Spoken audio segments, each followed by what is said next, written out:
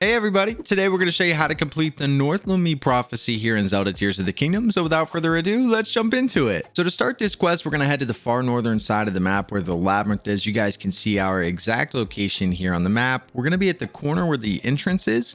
As soon as you make your way inside, you'll find these sticks that are on the ground. We want to light these up so we can create a draft so we can fly up to the top.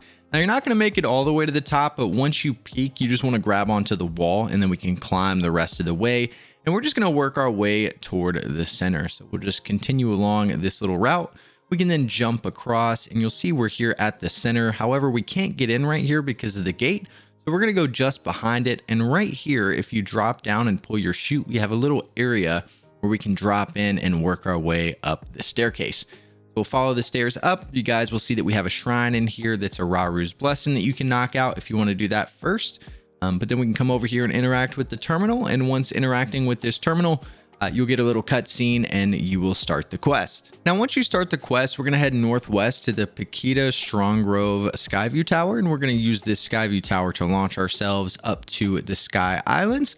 We'll go ahead and launch ourselves and you guys will see the islands directly right here in front of us. All we're going to do is fly down to the first island.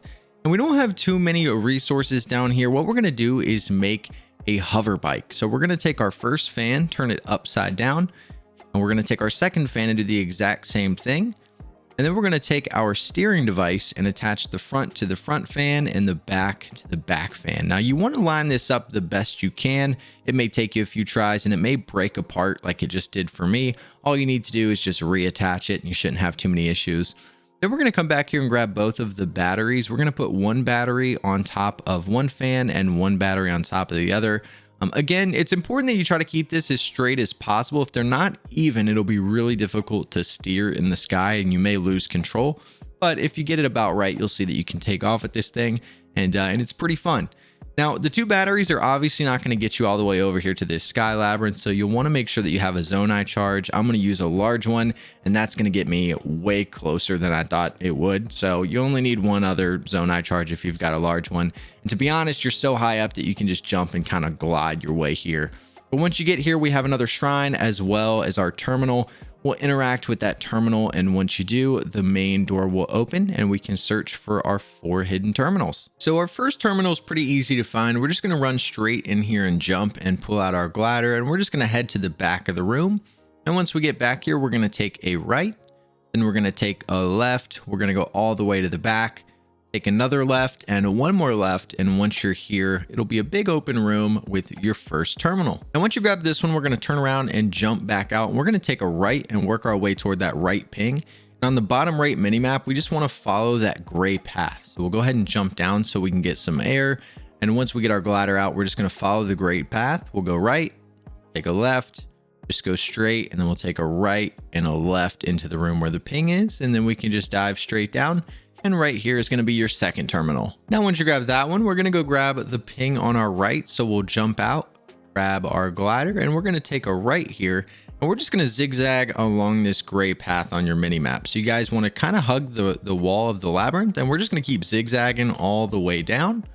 And once you come to the dead end, you'll have to go left. We'll take a right, and where the big brown rectangle is in the ping on your mini map, we can just drop down in here.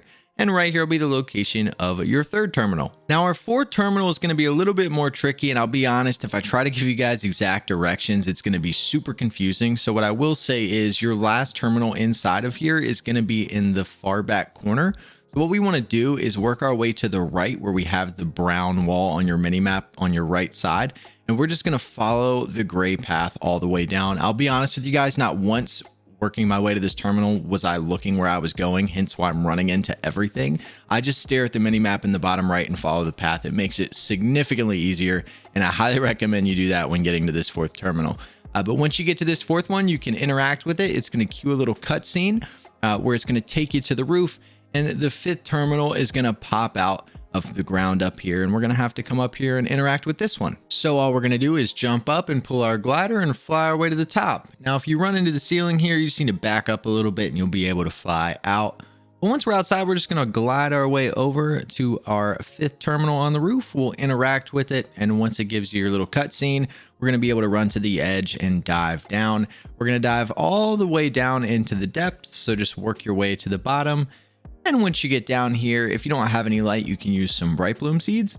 And any direction that you go is going to get you downstairs. So it doesn't matter if you go right, straight, left, whichever way you want to go, it doesn't matter. But we're going to have a construct down here we need to take out. I just recommend jumping, pulling your shoot, and then pulling out your bow and arrows so that you can get a lot of shots off without this guy doing anything.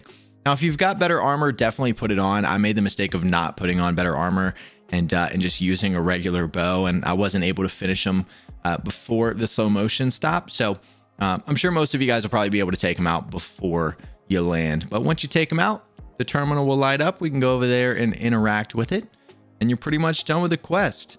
Now we just got to get our reward. So we'll interact with the terminal. It'll play a cutscene, tell us that we're the greatest ever, and then the hidden chest will arise from under the ground. We can go over there and grab that. You guys will see quest complete on your screen, and you will be rewarded with the evil spirit greaves.